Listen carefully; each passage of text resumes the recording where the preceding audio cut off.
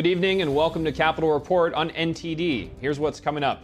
President Trump unveiling a new 25% tariff on all foreign-made cars, how it's expected to impact car prices, and what the president says he's trying to achieve. Dozens of Chinese companies added to a trade blacklist over national security concerns. We'll discuss the latest Trump administration's economic policies with Bart Marcois, former U.S. diplomat and energy official. Lawmakers grill intelligence chiefs over a second consecutive day, with Republicans and Democrats concerned about starkly different national security issues.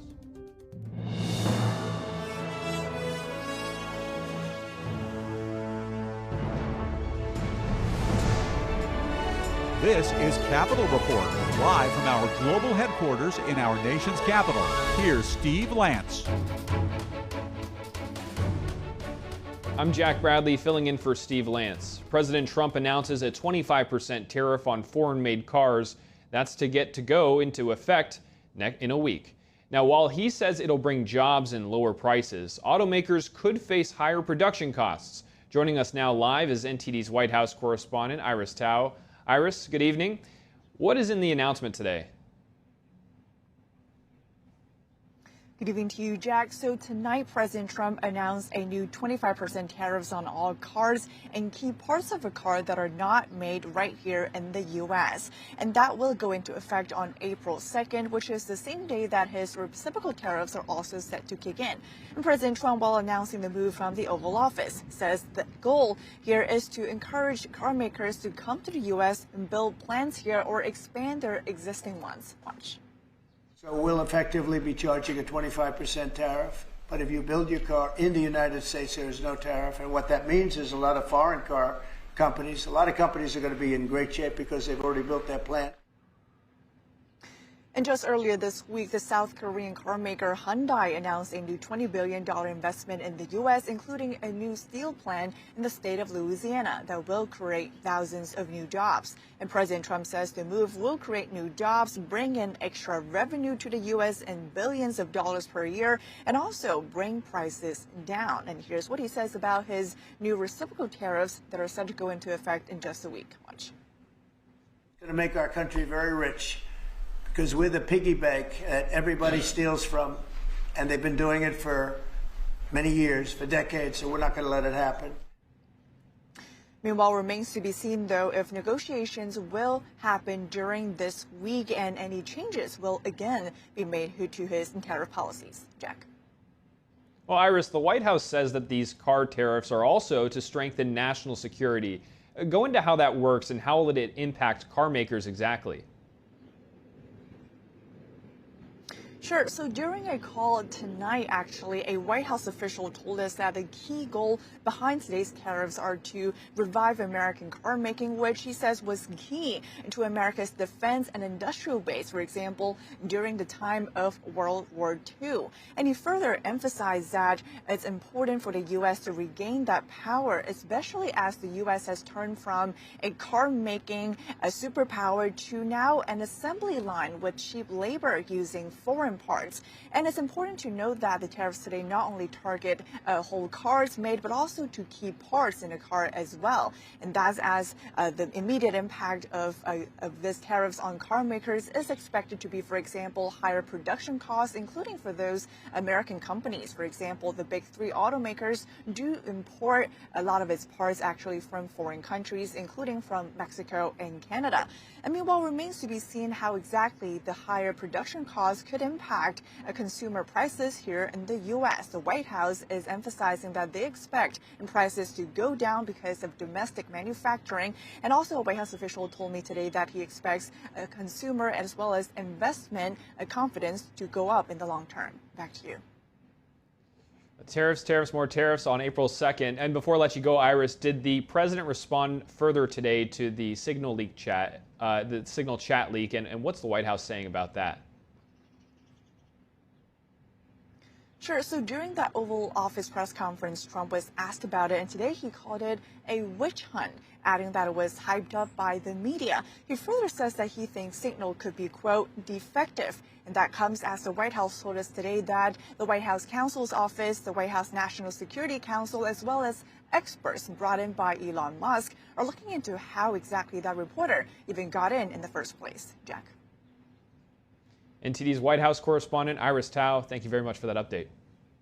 And now to discuss the Trump administration's economic policies, we welcome on Bart Marcois, the former U.S. diplomat and former Department of Energy official during the George W. Bush administration.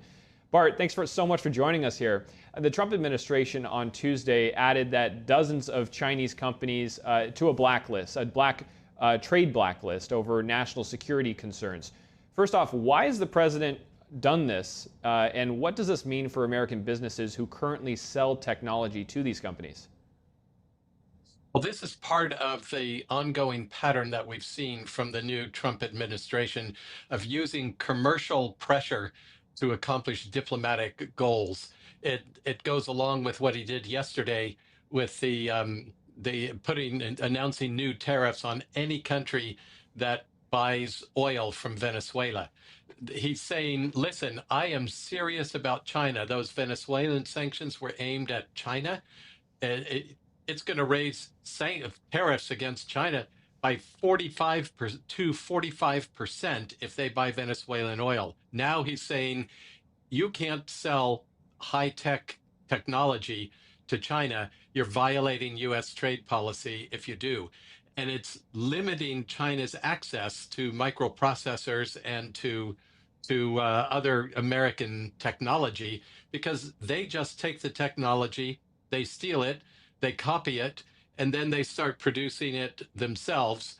And that's how they've been undercutting American manufacturing. And he's saying, enough, we're going to stop it here, and you're not going to get it anymore. As to how it affects American companies, they will find plenty of customers, and they will find customers inside the United States as manufacturing is brought back to the United States. And American manufacturing needs to buy those same chips and those same technologies.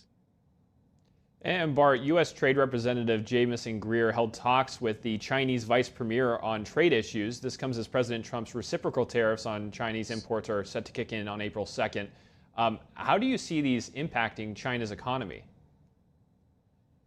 I think it's going to China's economy is going to take a real hit from this because they are dependent on the United States. President Trump was right what did he call us? The breadbasket, the lunch wagon. I forget how the term he used, but we are the money pot for the entire world.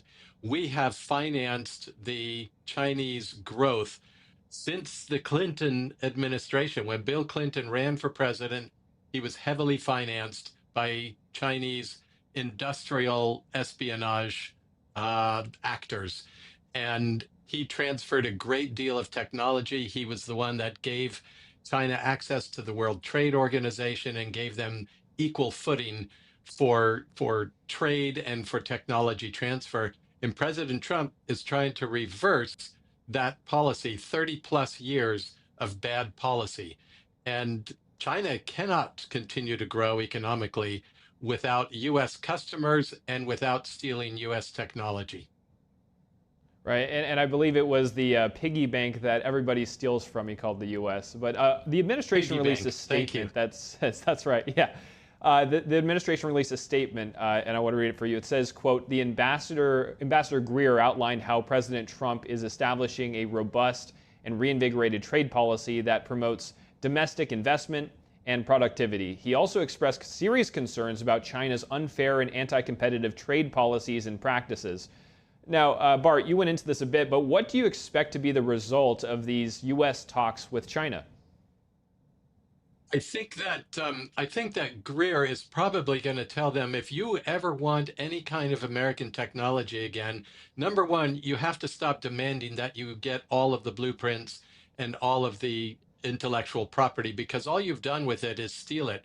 You have stolen, China, have stolen our intellectual property from our companies for 35 years, and we're not going to allow it anymore. I think that's going to be a number one demand.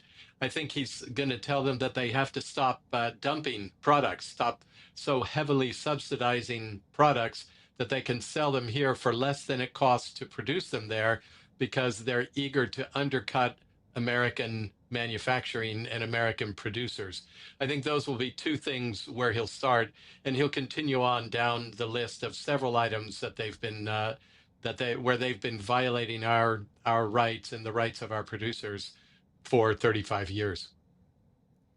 And now, Bart, National Security Advisor Mike Waltz, Vice President J.D. Vance, and his wife Usha are set to visit Greenland to celebrate Greenland's culture and unity. What will be the goal here, and what do you expect to come out of that? You know, they've had to scale back that trip somewhat. They were planning.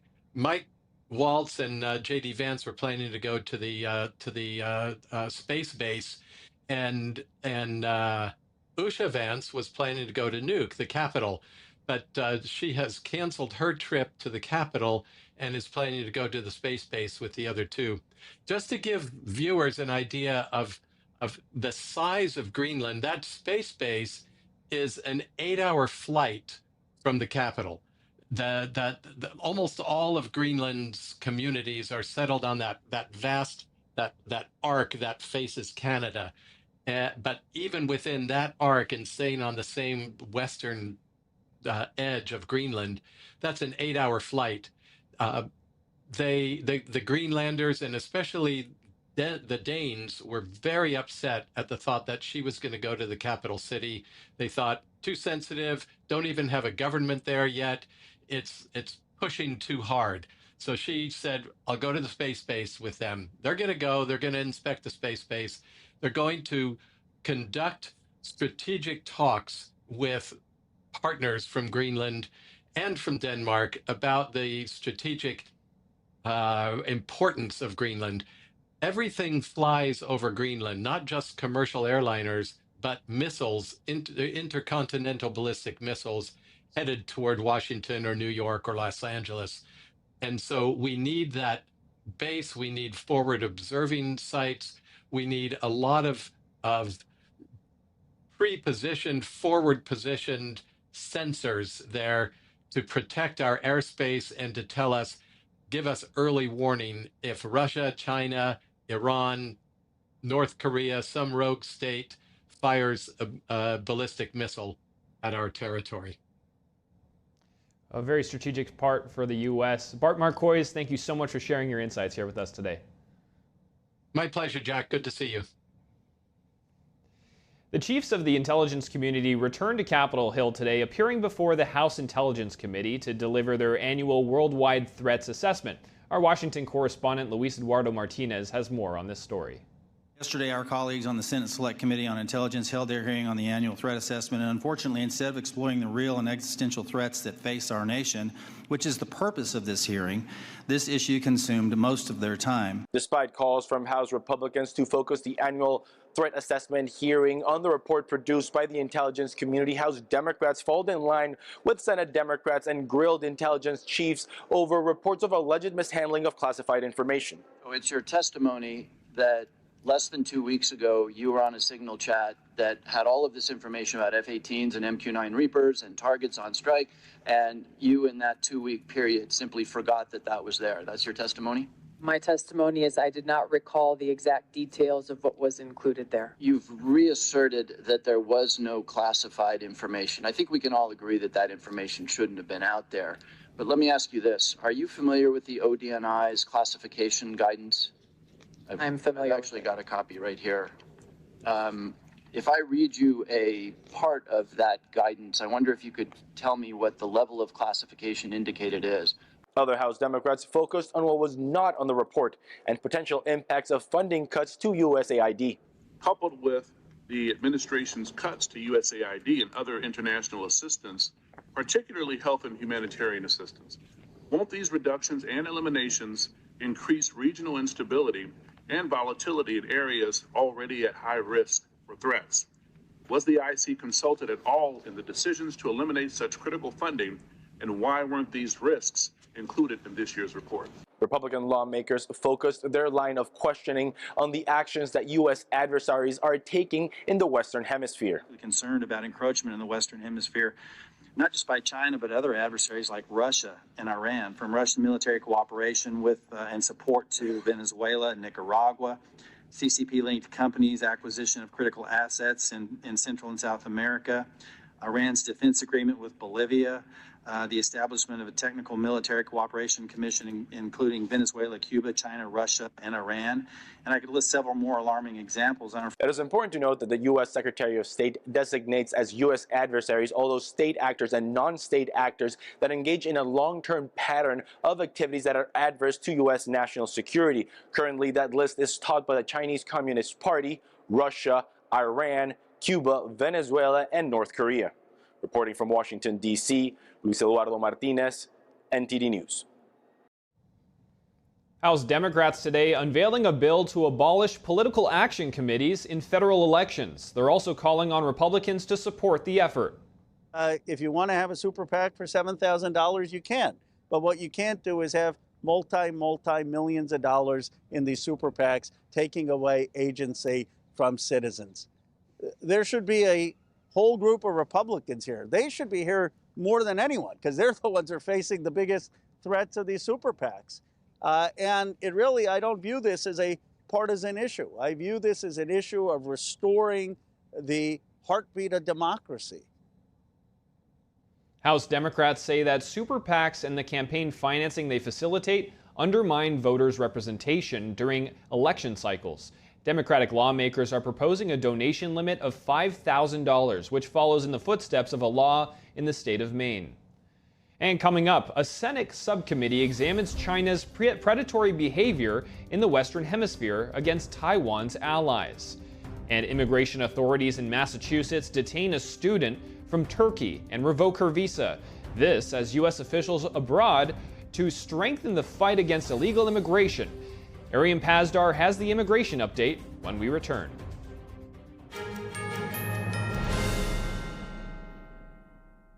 Hi friends, Richard Karn here.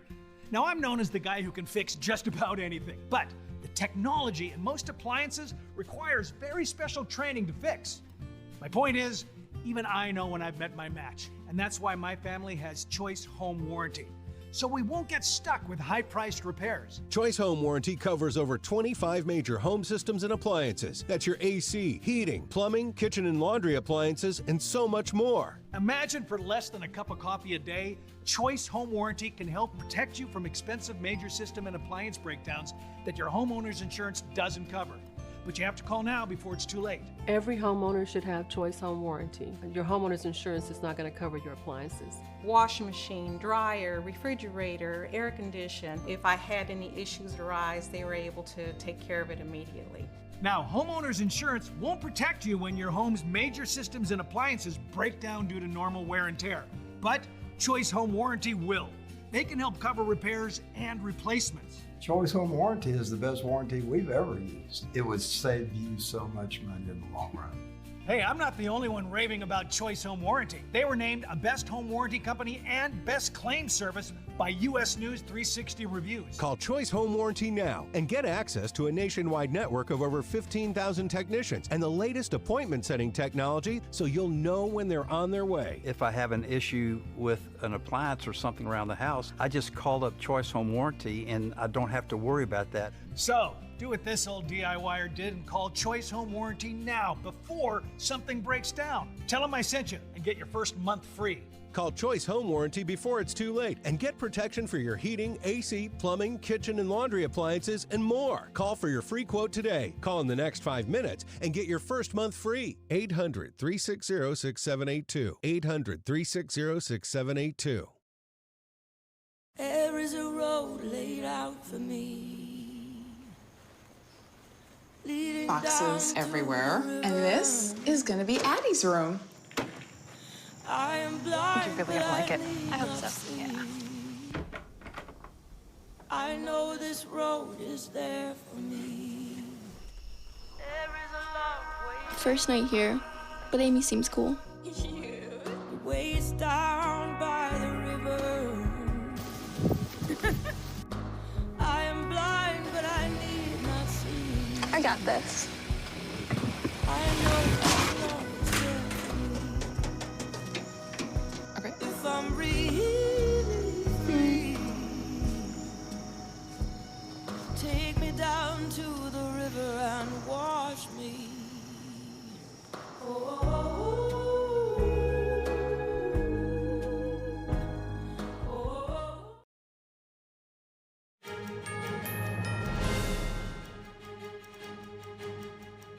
Welcome back. I'm Jack Bradley. A Senate Foreign Relations Subcommittee examines the Chinese Communist Party's actions against Taiwan's allies in the Western Hemisphere.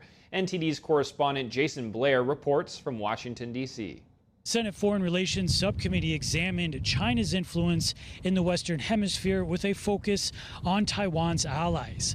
Subcommittee Chair Senator John Curtis says that it's in the United States' best interest to push back against Beijing's coercion in the area and to continue to support the nations that continue to stand with Taiwan. State Department officials have rightfully likened China's approach in our region to the 19th century imperialism, bribing local leaders with investments in ways that lead to debt dependency. Ranking member Senator John Keynes says that China is aggressively moving into the region. Not only is the PRC trying to box us into a corner in our own neighborhood, they're also really coming hard after Taiwan's diplomatic partners, often at the cost of prosperity and good governance. The PRC's tactics in the region bring significant corruption, economic degradation, environmental challenge, and we've seen that again and again. Senator Keynes says the Chinese Communist Party has been disrupting commercial exchanges with countries like Guatemala as a means to coerce them into complying with their policies with Taiwan, which the CCP claims to be their own territory. So there can be short-term gains for some nations in doing this, but often at the cost of long-term stability and prosperity. And the distinction between the Chinese Communist Party and the Chinese people also came up more than once during the hearing. Oftentimes when we have these conversations, it feels like we're talking about the Chinese people, and I want to be really clear. I think Americans love the Chinese people, love the Chinese culture. That's not where our problem is. It's an authoritarian government that's more oppressive on its own people than anyone else. I just think that's really important to designate. One witness detailed some ways the CCP supports other authoritarian governments in the Western Hemisphere. China also props up authoritarian regimes such as Venezuela, not only through loans, but also through systems that support repression, including riot control vehicles and facial recognition cameras for tracking down protesters. Reporting in Washington, D.C., Jason Blair, NTD News. Secretary of Defense Pete Hegseth is visiting Japan and the Philippines, promising safety amid threats from China. Joining me to discuss is Thomas Barnett, author of America's New Map and senior business strategist at Throughline. Thomas, thank you so much for joining us here. Now, Secretary Pete Hegseth is visiting U.S. allies in the Indo-Pacific. Here he is yesterday in Hawaii, reassuring U.S. support in the region.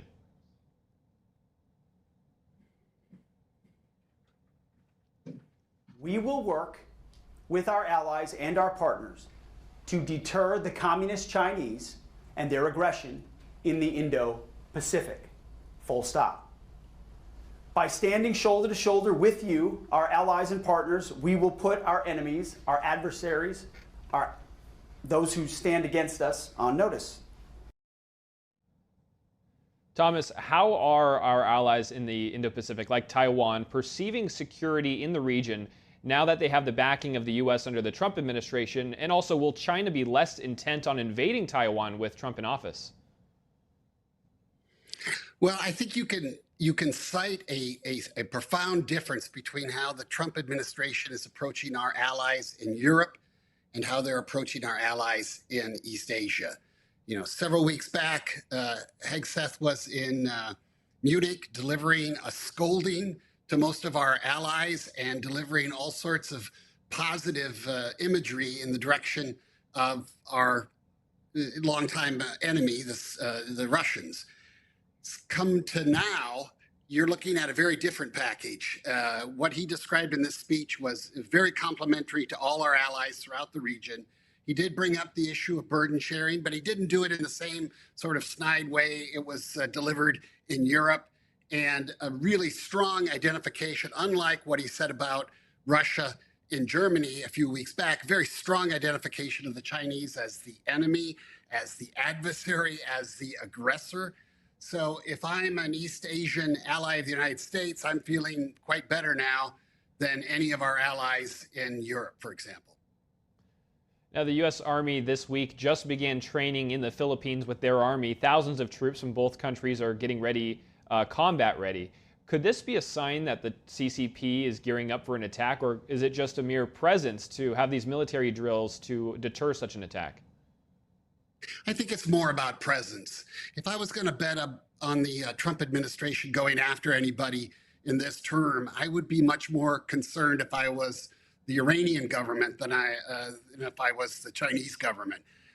Our overtures to Putin and to Russia, I think, effectively take Russia out of the equation. If Israel decides to strike Iran, I don't think we're anywhere near that sort of aggressive stance with the Chinese. This is kind of classic deterrence. And I think we're comfortable being the seller of weapons throughout the region.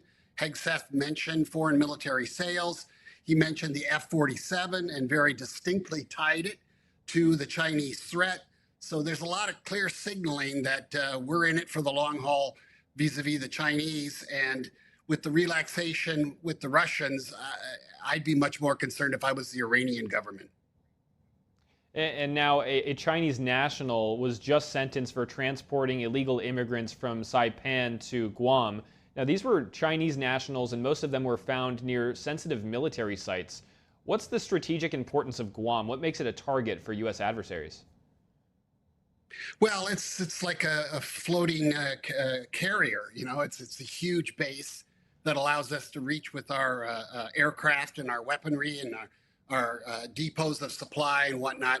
So it's incredibly important. And if China was going to give us a hard time on Taiwan, they definitely go after Guam early on. So whenever we get these little spooky events, somebody showing up and somebody checking things out, or maybe a swarm of drones approaches the U.S. military base, we have to take it very seriously and consider it a national security threat. All right. Thomas Barnett, thank you so much for sharing your insights with us here today. Really appreciate it. Thank you.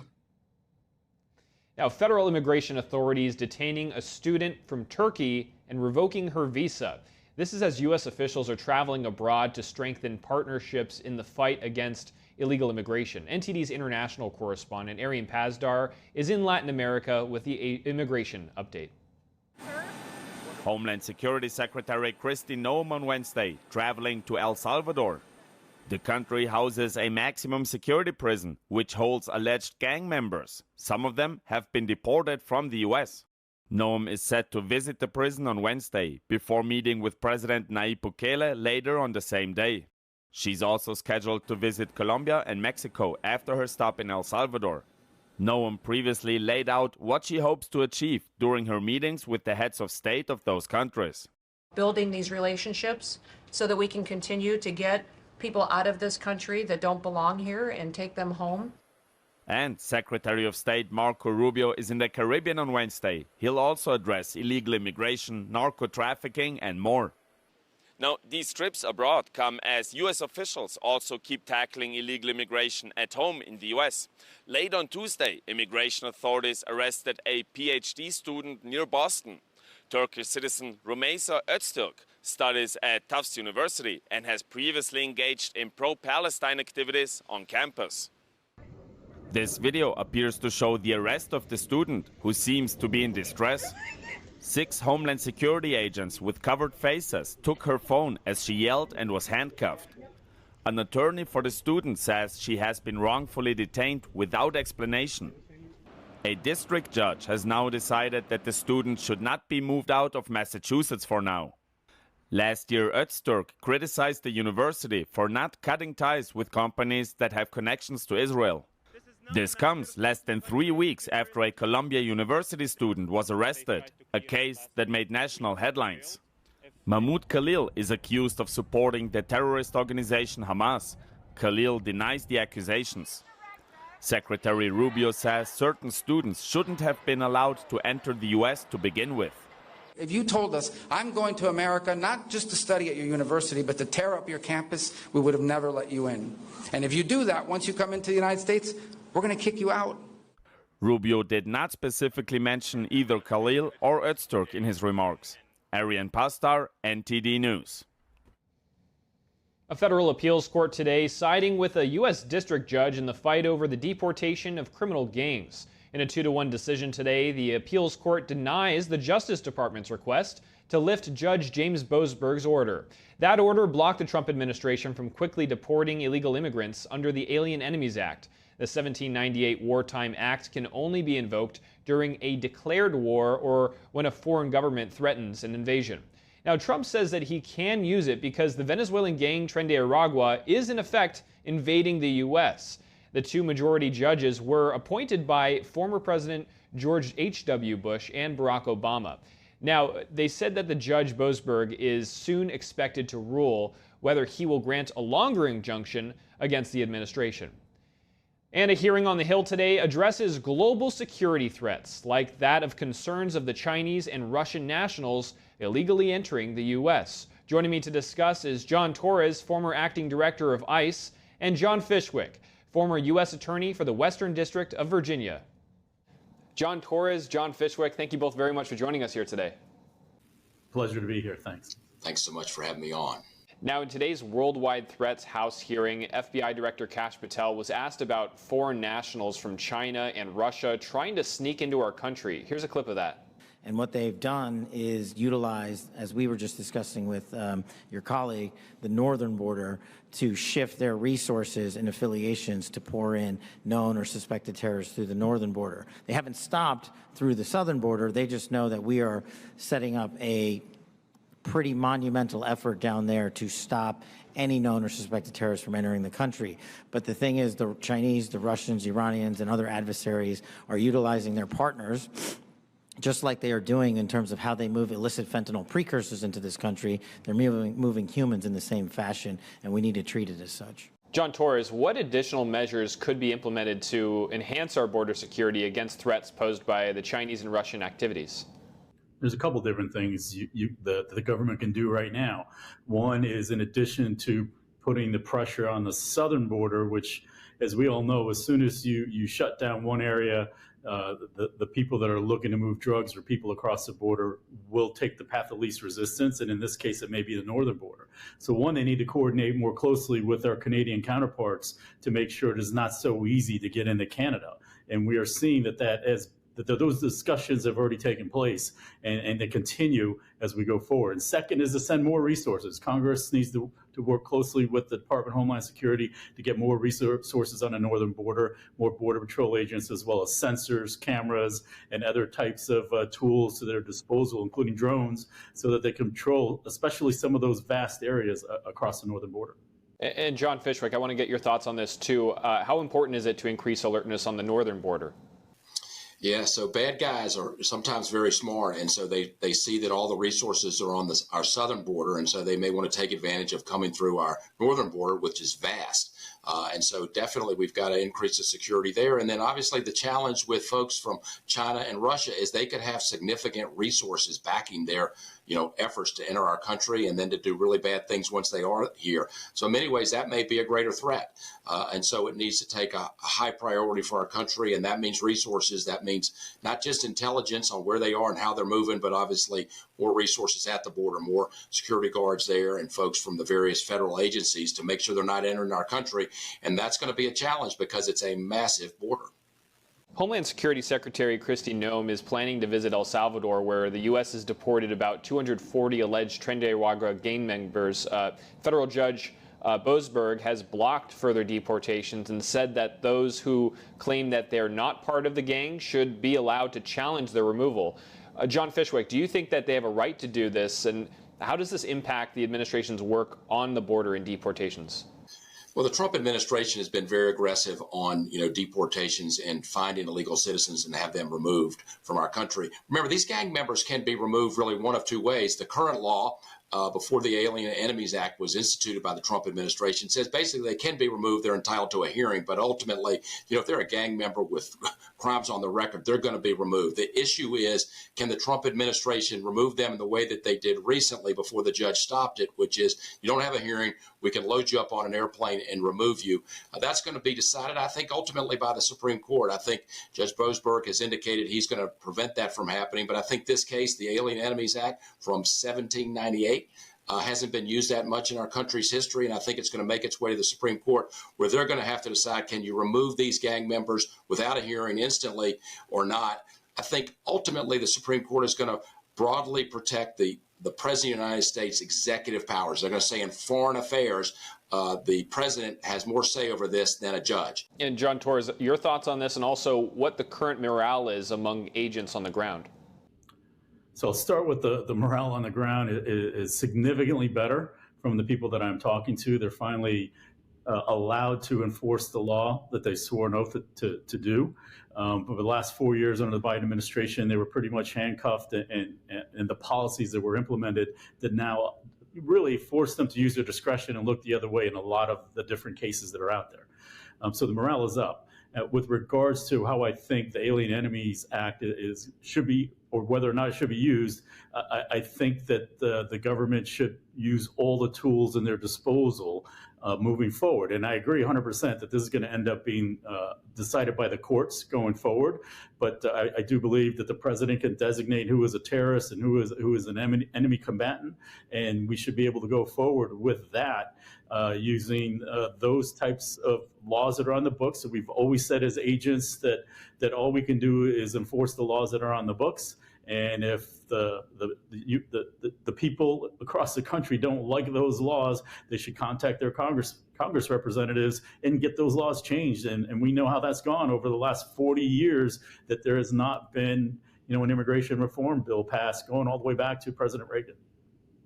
Now, Secretary of State Marco Rubio is set to visit Jamaica, Guyana, and Suriname this week. He mentioned concerns about citizenship by investment programs and that they attract nefarious actors from countries like China and Iran. John Fishwick, what does he refer to here, and how does it become a security challenge? Well, I think the Trump administration is making illegal immigration kind of job one for them. President Trump ran on that during the campaign. And so they're looking for every angle here, whether it's a cartel member trying to penetrate our country, or, as we talked about earlier, somebody from a terrorist from China or Russia, and then through the Caribbean, kind of through money means, using, kind of illegal money means to get illegal citizens in our country.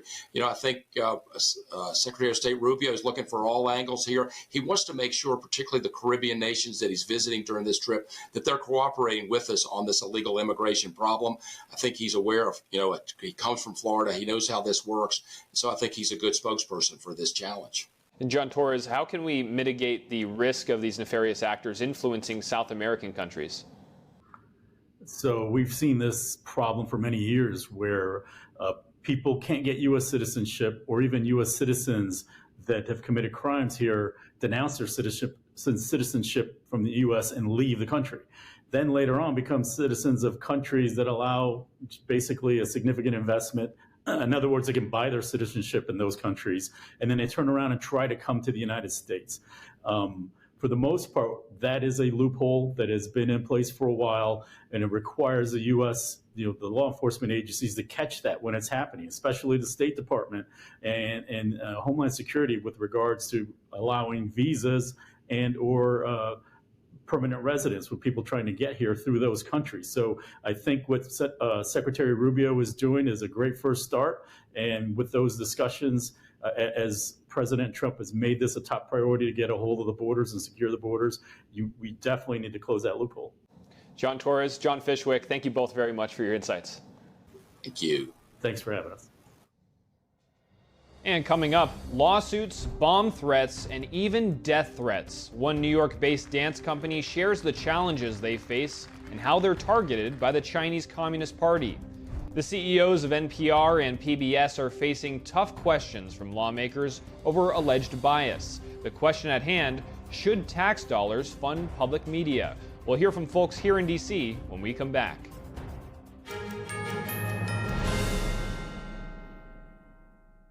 Bladder control aisle. You won't shop here again.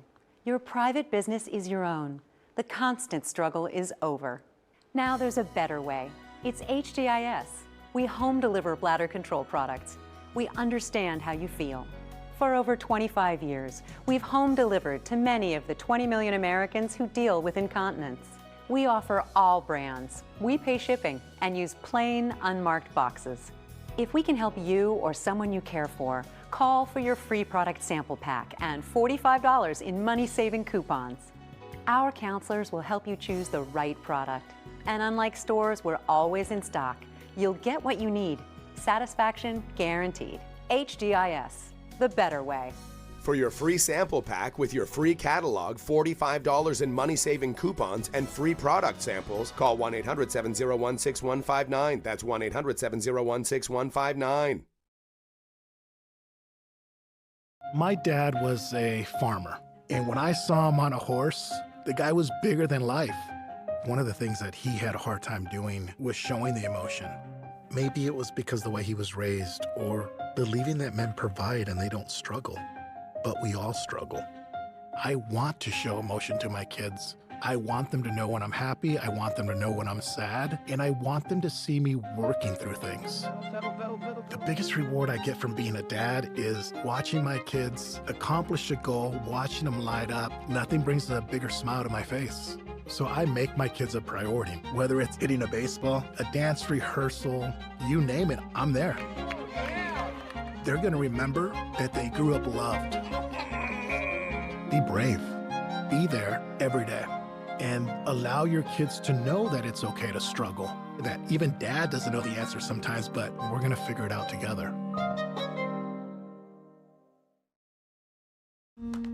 We said we'd never break the 3-second rule. We'd never make a separate dinner. And never do that. We'd never let them sleep in our room. And never become a minivan mom. Hey, Chris. Okay, well, I'm not at my desk right now.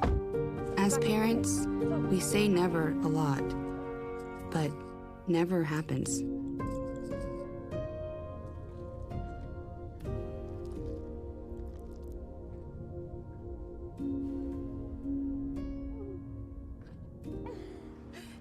So when you say you'd never leave your child in a hot car, know it can happen.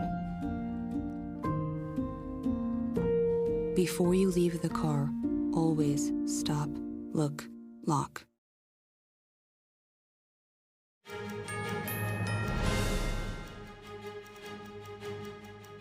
Welcome back. I'm Jack Bradley. Recent bomb threats targeting a New York-based dance company and music company highlights the growing threats of the Chinese Communist Party on U.S. soil. Shenyun Performing Arts has long been the target of the Chinese regime because it seeks to show what China was like before communism. Now to discuss, we're joined by Brian Tariff, CEO of U.S. Millennials, who's written extensively on this issue. Brian Tariff, thank you so much for joining us. Thank you for having me, Jack.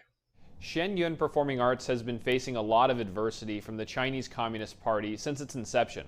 Now, just recently, you wrote several articles on the latest bomb threat against Shenyun at the Kennedy Center in D.C. What prompted you to follow this story? You know, Jack, I'll try to leverage this freedom that we've all been given to stand up for those who cannot stand up for themselves.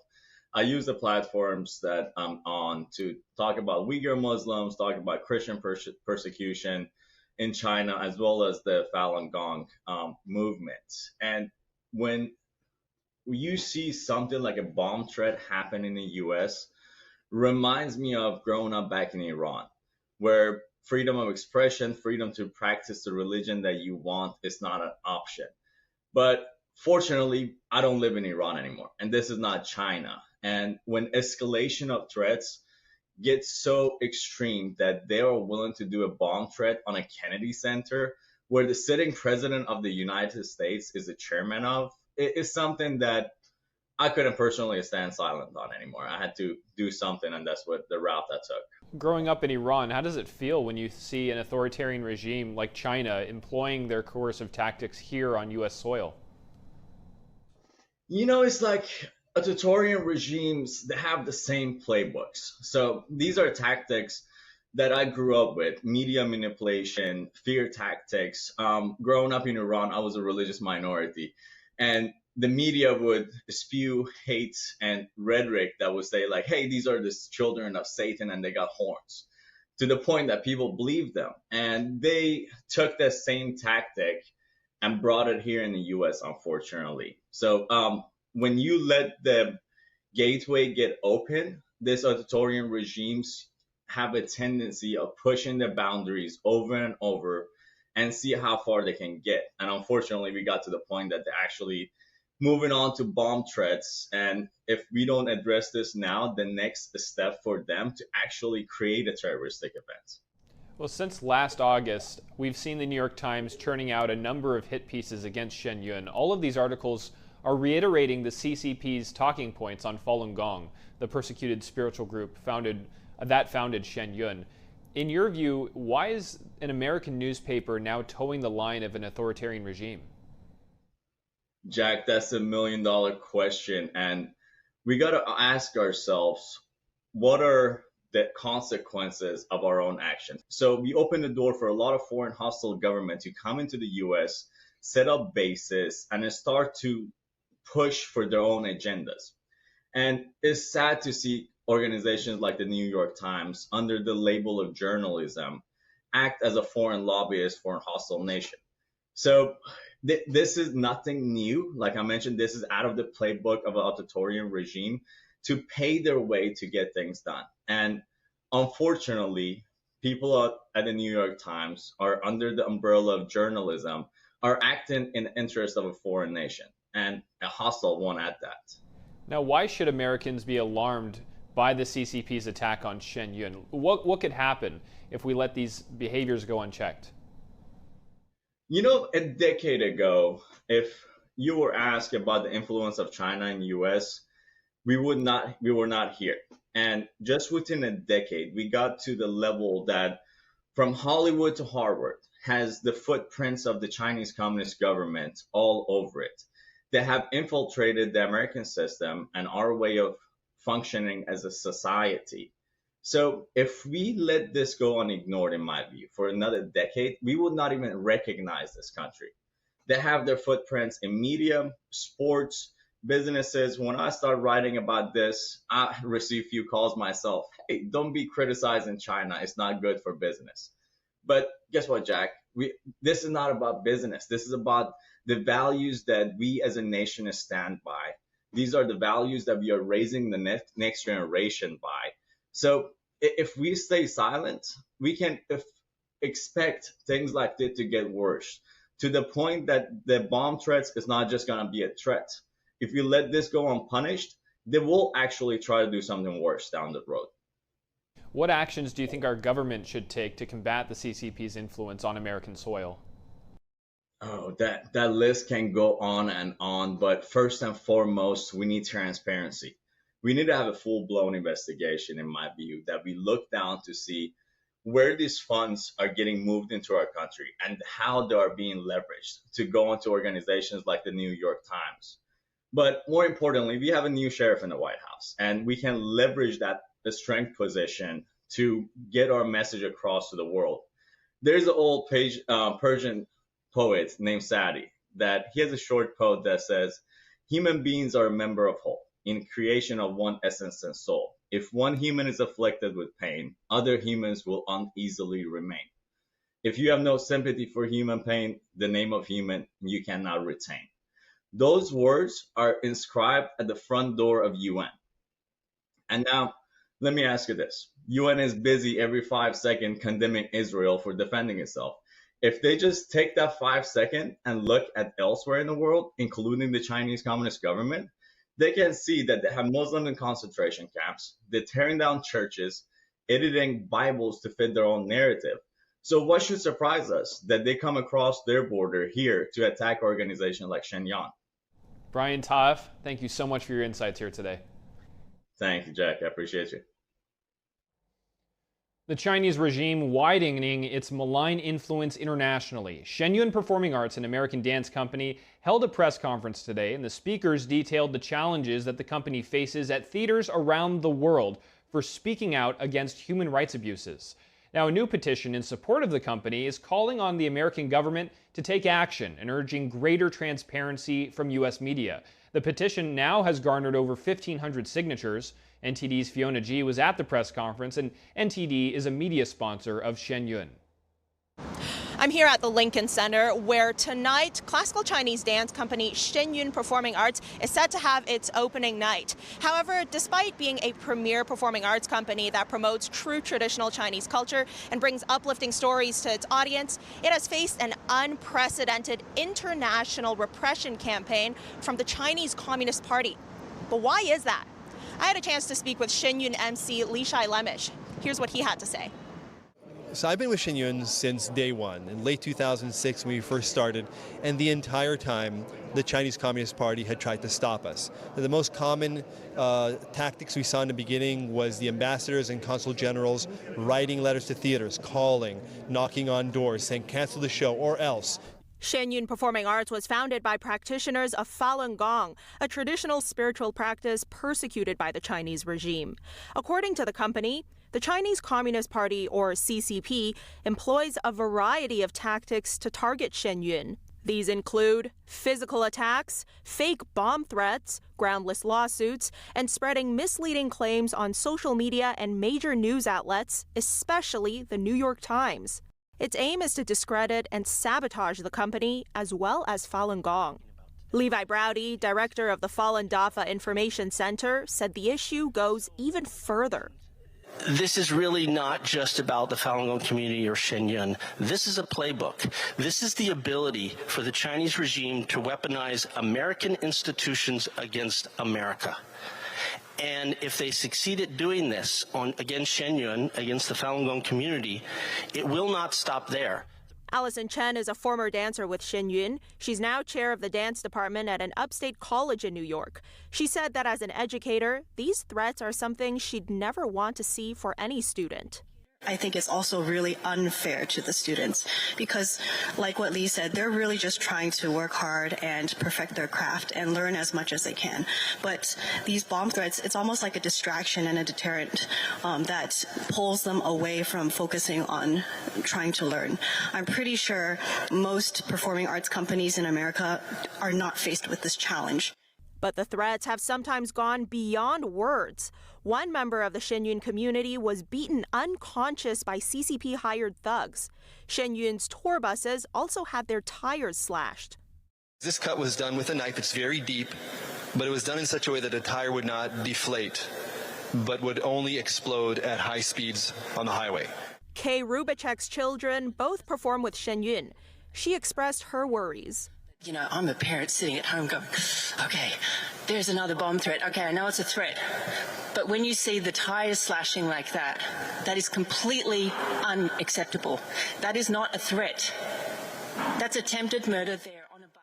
Bomb threats and death threats are enough to put mental and emotional pressure on anyone. But when asked how they felt, performers with Shenyun were not fazed. I think whenever we get these bomb threats, we're not actually scared.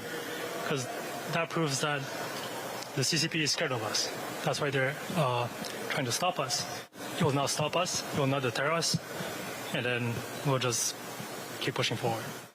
It gives me more motivation to give the best to our audience members, even when we're being attacked in the most hurtful way. I joined Shenyun to connect with my roots. But I stayed because Shenyun changed me for the better and has given my life purpose. I'm inspired by the courage I see in my fellow dancers and teachers who are able to push forward through any difficulty and dedicate themselves to Shenyun's mission to revive traditional Chinese culture. This is the Shenyun I have come to know and am proud to be a part of. It truly is a story of hope and perseverance in the face of adversity. Fiona G., NTD News. And coming up, the CEOs of NPR and PBS facing tough questions from lawmakers on alleged biases. The questions at hand: should tax dollars fund public media? We'll hear from the folks here in D.C. when we come back.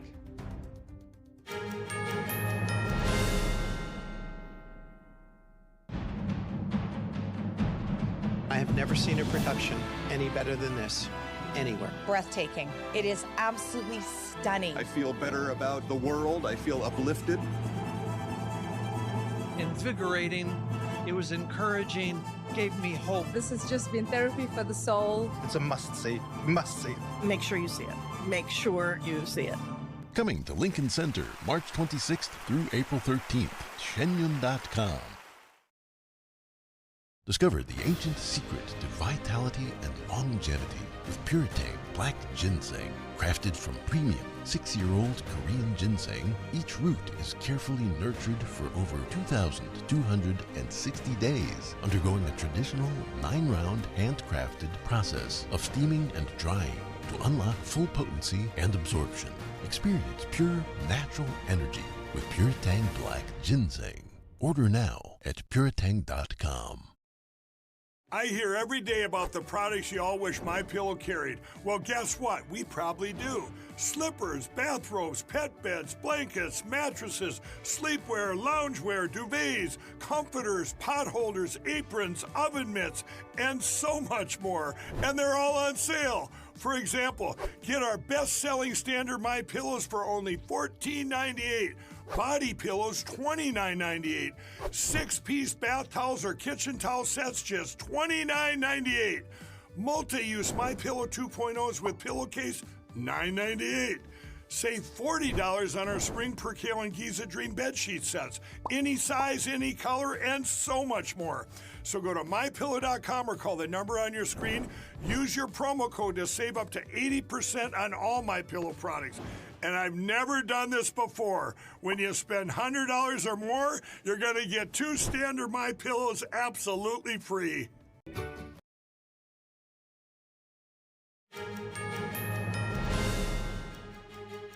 Welcome back. I'm Jack Bradley. President Trump today expressing his willingness to defund government-sponsored news outlets like NPR and PBS. Are everyday Americans on board with the idea, and do they get their news from state-funded media? NTD's Sam Wong was out on the National Mall in D.C. to hear from the people. Do you get your news from NPR or PBS or other government-funded news outlets? Depend on those as well as independent news outlets. But yes, I do watch NPR and PBS. No, sir. I get most of it streaming services and the internet. I do. NPR was my mom's favorite. I still listen to it today. Fox is where I get most of my information from. We get most of ours from Christian radio. I do listen to a little NPR just to irritate my wife every once in a while. Dinner conversation topics. What do you think about the Trump administration's efforts to take government money away from outlets like NPR and PBS? Well, he is the president, and enough people voted for him, so he pretty much can do what he'd like to do, but you have to remember Congress has to agree to whatever he wants to do. I don't like the idea of taking the funds away, but then again, I don't like the idea of a biased news reporting. I think Doge is really trying to clean the garbage out and the thievery that's going on. No, what about their First Amendment rights? People should be able to hear all voices, whether they're left, they're right, or the middle, and then you form your own opinion from all of that information. Well, NPR's been so one-sided, I can't understand why he wouldn't want to. I didn't hear that he was going to take away. We are proponents of downsizing big government and the efforts of Trump and Doge to expose the truth. Do you think a government-funded outlet should lean one way or another politically? I believe that it's the freedom that we have here, and you should respect the freedom. If you don't like it, you can go to Venezuela. They need to present facts. They don't need a bunch of talking heads telling you what you should think one way or the other. I think government-funded should be totally neutral. Absolutely neutral. It shouldn't have any sort of leaning at all. Walter Cronkite back in the 60s, they would tell you this is what happened, this is who said what do you think? And they don't come up going, this is what I want you to think. I don't appreciate their bias, one-sided slant all the time anyways, and if that means Trump and his administration is making some hard decisions, okay, let's see what unrolls from all of that. And that's all we have for you tonight on the Capitol Report. For round-the-clock of original news coverage, visit us at ntd.com/live or download our NTD app. From the nation's capital, I'm Jack Bradley. Have a nice evening. We'll see you right back here tomorrow.